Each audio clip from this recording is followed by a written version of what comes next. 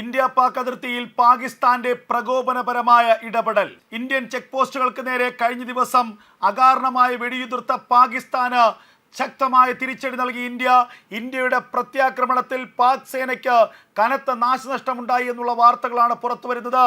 ജമ്മു കശ്മീരിലെ പൂഞ്ച് ജില്ലയിലെ മെന്ദർ സെക്ടറിലായിരുന്നു കഴിഞ്ഞ ദിവസം യാതൊരു പ്രകോപനവുമില്ലാതെ അതിർത്തികൾ ലംഘിച്ചുകൊണ്ട് പാകിസ്ഥാൻ സേന വെടിയുതിർത്തത്. 10 മുതൽ 15 റൗണ്ട് വരെ വെടിയാണ് ഇന്ത്യൻ സൈനിക പോസ്റ്റിന് നേരെ പാകിസ്ഥാൻ സേന നടത്തിയത് എന്നുള്ള വിവരമാണ് പുറത്തു വരുന്നത്. ഇതിന് പിന്നാലെ അർദ്ധരാത്രിയോടുകൂടി തന്നെ ശക്തമായ തിരിച്ചടി ഇന്ത്യൻ സേന നടത്തിയതായുള്ള വിവരങ്ങൾ പുറത്തു വരികയാണ്. ഇന്ത്യയുടെ പ്രത്യാക്രമണത്തിന് പിന്നാലെ ഭയന്ന് പിന്തിരിഞ്ഞോടി പാകിസ്ഥാൻ സേന എന്നുള്ള വിവരങ്ങൾ പുറത്തു വരുന്നു. ഇന്നിപ്പോൾ ചില ദൃശ്യങ്ങൾ സോഷ്യൽ മീഡിയയിലൂടെ പ്രചരിക്കുന്നത് ശരിയാണെങ്കിൽ അതിർത്തിയിൽ ഇന്ത്യ നൽകിയ തിരിച്ചടിയിൽ ശക്തമായ ക്ഷീണവും ശക്തമായ നാശനഷ്ടവും പാക് സേനയ്ക്കുണ്ടായിരിക്കുന്നു. നിരവധി പാകിസ്ഥാൻ സൈനികർ കൊല്ലപ്പെട്ടിരിക്കുന്നു എന്നുള്ള വാർത്തകളാണ് പുറത്തു വരുന്നത്. പാകിസ്ഥാനിനുള്ളിൽ ചിലയിടങ്ങളിൽ പാക് സൈനികരുടെ മൃതദേഹങ്ങൾ അടക്കം ചെയ്യുന്ന ചടങ്ങുകളുടെ ദൃശ്യങ്ങളാണ് പാകിസ്ഥാൻ അനുകൂല മാധ്യമങ്ങൾ സോഷ്യൽ മീഡിയയിലൂടെ പ്രചരിപ്പിക്കുന്നത്. എന്നാൽ ഇതിൻ്റെ ആധികാരികത ഇതുവരെ വ്യക്തമല്ല. കാരണം ഇത് ഏത് ദിവസങ്ങൾ ചിത്രീകരിച്ചതാണ് എന്നത് സംബന്ധിച്ച് ഒരു വിശ്വാസക്കുറവ് ഇപ്പോഴുമുണ്ട്.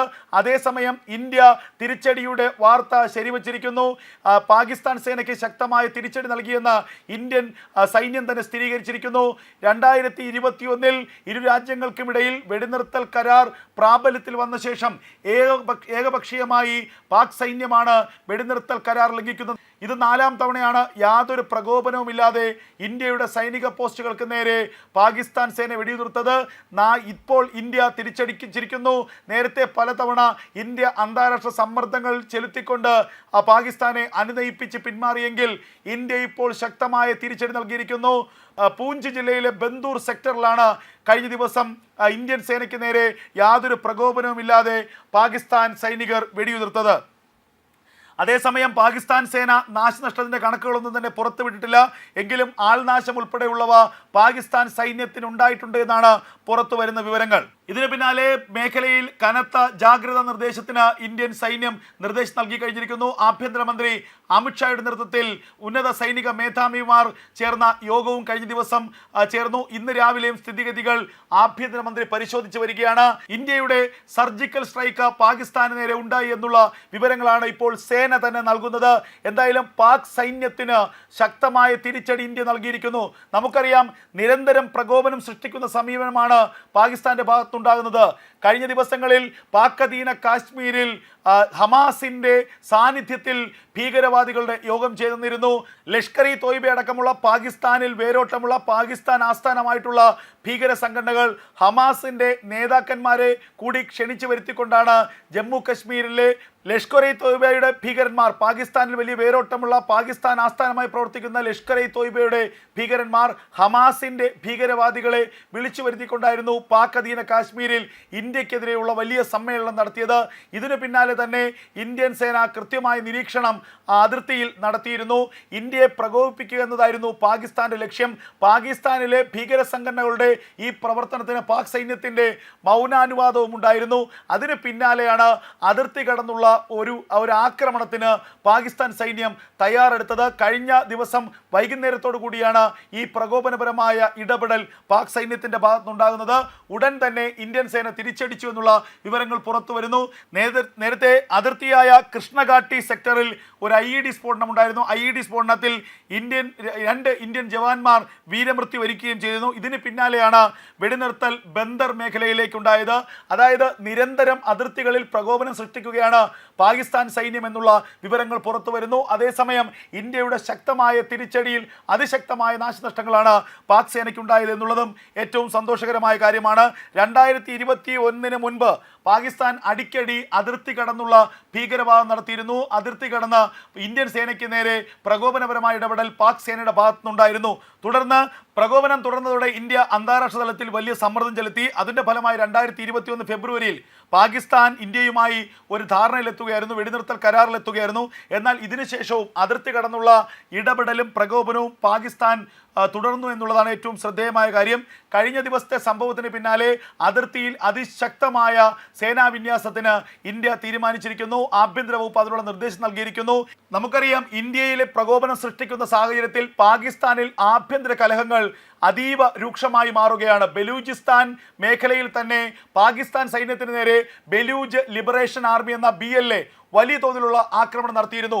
ബലൂചിസ്ഥാൻ മേഖലയിൽ പാകിസ്ഥാന്റെ 18ഓളം സൈനികരെയാണ് BLA പോരാളികൾ കഴിഞ്ഞ ദിവസങ്ങൾക്ക് മുൻപ് ആക്രമിച്ച് കൊലപ്പെടുത്തിയത്.